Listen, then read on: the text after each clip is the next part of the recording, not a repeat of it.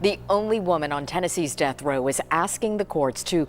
We begin this half hour with a cunning plot by a brutal killer to escape from death row. The only woman on Tennessee's death row is asking for commutation of her sentence. Krista Gale Pike nació el 10 de marzo de 1976 en West Virginia. Fue criada por su devota abuela cristiana, y su patio de recreo era el matadero donde trabajaba su abuelo. De niña, Krista fue supuestamente abusada por el amigo de su abuela, Ernest, y, tristemente, se especula que si este abuso ocurrió, podría haber comenzado cuando ella todavía estaba en pañales. A la edad de 12 años, su abuela murió y se cree que después de eso Krista intentó suicidarse por primera vez. Afligida por el dolor, se informó más tarde que Krista comenzó a mutilarse de diferentes maneras en un intento de sobrellevarlo.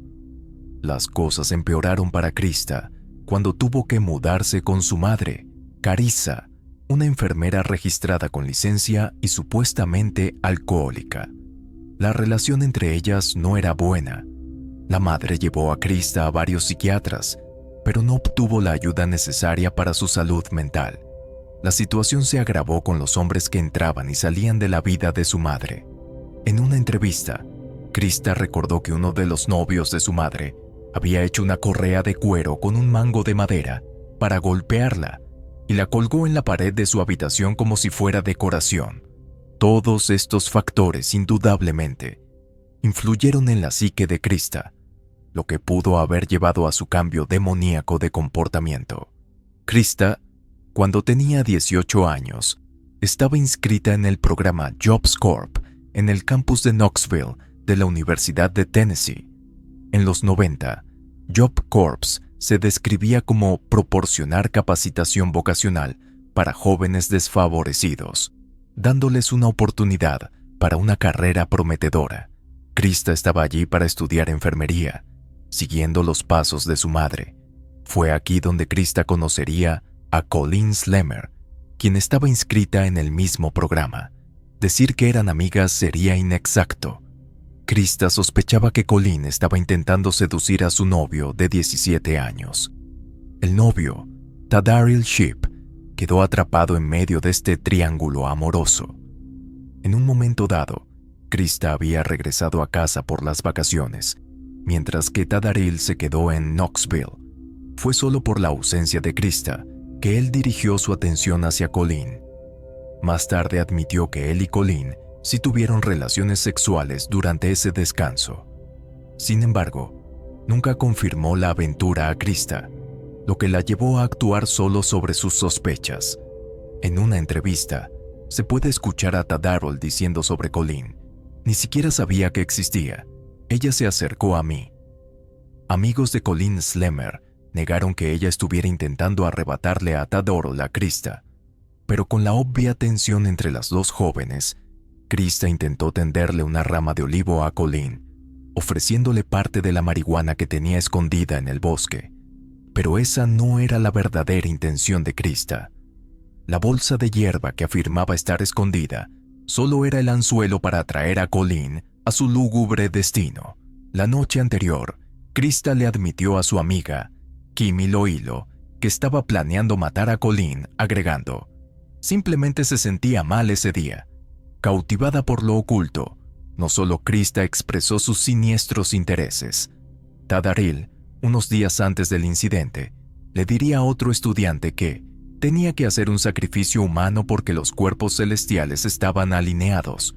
Aproximadamente a las 8:00 p.m. del jueves 12 de enero, los 4 estudiantes salieron de sus dormitorios. Krista Pike, Tadaril Shipp, Colleen Slemmer y otra amiga llamada Shadola Peterson. Colleen, con la esperanza de drogarse con el grupo, no parecía tener problemas en caminar por el bosque. La llevaron a un área aislada en Tyson Park, cerca del campus de la Universidad de Tennessee. Fue aquí donde los actos horribles se desplegarían, esa fría noche de Tennessee. La tensión creció entre el grupo cuando Krista confrontó a Colleen, acusándola de querer robarle a su novio. Mientras Colleen negaba nuevamente la acusación, pronto se dio cuenta de que no estaban en el bosque para fumar marihuana, como había anticipado con entusiasmo. Krista y Tadaril estaban armados con un pequeño cuchillo de carne y un cúter, mientras Shadolla se mantenía en la periferia como vigía. Estaban listos para pelear. De repente, Krista agarró la cabeza de Colin y le estampó la cara contra su rodilla. Luego la lanzó al suelo y, con una furia implacable, la pateó y golpeó sin piedad. Colin gritó: «¿Por qué me haces esto?». Mientras los golpes caían sobre ella, Colin, tendida en el barro y sollozando, reunió la fuerza para levantarse e intentar escapar. Intentó huir varias veces, pero sin éxito. La primera vez, Krista le hizo una larga herida en la espalda con el cuchillo. Sus intentos también fueron frustrados por Tadaril, quien interceptó a Colin y la inmovilizó en el suelo. Fue entonces cuando Krista sacó la hoja del cúter y le cortó nuevamente, esta vez en el estómago. Colin le suplicó a Krista por su vida, diciéndole que si la dejaba ir, ella caminaría de regreso a Florida sin detenerse en el Job Corps para recoger sus cosas. Krista le pidió a Colin que se callara, diciendo: «Es más difícil lastimar a alguien cuando te está hablando». Más tarde admitió que cuanto más intentaba hablar Colin, más la golpeaba en la cara. La tortura brutal y constante se detuvo momentáneamente cuando Krista creyó escuchar un ruido en el bosque cercano. Colin quedó tendida en el frío y húmedo suelo, mientras Krista investigaba brevemente el sonido. Poco después, Krista regresó y procedió a lacerar la garganta de la indefensa chica, cortándola varias veces con el cúter. Asombrosamente, Colin una vez más encontró la fuerza para sentarse y suplicar por su vida e incluso intentar otra fuga. Pero tan pronto como empezó a huir, Krista le lanzó una piedra, golpeándola en la parte posterior de la cabeza. Tadaril también se unió y le arrojó piedras. Krista explicó que, tras recuperar el control, recordó los sonidos específicos de la respiración entrecortada de Colin. Un médico forense describió más tarde cómo Colin se estaba ahogando en su propia sangre. Después de unos 30 minutos, Tadaril tomó el cúter y talló un pentagrama en el pecho de Colin como su marca final.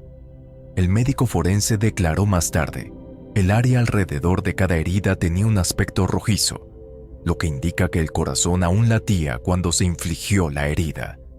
Añadió: ninguna de las heridas mencionadas habría dejado a la víctima inconsciente. Con cada corte en su piel, Colin seguramente sintió la agonía de todos los horrores que le estaban haciendo. Sufrió casi una hora antes de que Krista recogiera un gran trozo de asfalto roto y lo golpeara repetidamente en la cabeza de Colin. A medida que la sangre de Colin se acumulaba en el frío suelo del bosque, su dolor y agonía finalmente llegaron a un escalofriante final.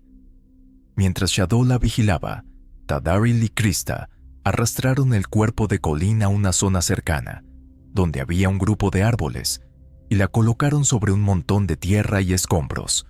Pero antes de abandonar el lugar, Krista tomó un fragmento del cráneo de Colin y lo metió en el bolsillo de su chaqueta como un trofeo de lo que había hecho.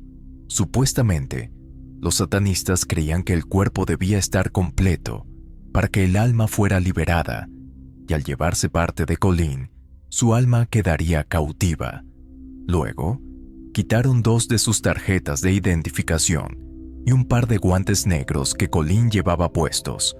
Tadaril y Krista limpiaron el barro de la parte inferior de sus zapatos sobre las manchas de sangre que cubrían sus pantalones en un intento de ocultar cualquier evidencia. Después de dejar la zona aislada del campus de la Universidad de Tennessee, caminaron hasta una gasolinera Texaco, cercana para deshacerse de las identificaciones y los guantes. Desde allí, regresaron a sus dormitorios alrededor de las 10:00 p.m., como si nada hubiera ocurrido. 4 personas firmaron su salida esa noche, pero solo 3 firmaron su regreso. Una vez de vuelta en los dormitorios, Krista visitó nuevamente a su amiga Kim Iloilo. Esta vez, Krista no se sentía mala, como Kim había descrito anteriormente. En cambio, Estaba dando vueltas en círculos, sonriendo y cantando, como una niña ansiosa por mostrar lo que había hecho. Krista presumió frente a Kim de las atrocidades que había cometido esa misma noche. Incluso le mostró a Kim el fragmento del cráneo de Colleen que había llevado consigo. La investigación condujo al arresto de 3 estudiantes, Krista Pike, Tadaril Sheep y Shadola Peterson. Krista Pike, la principal sospechosa, confesó el crimen en una declaración de 42 páginas a la policía.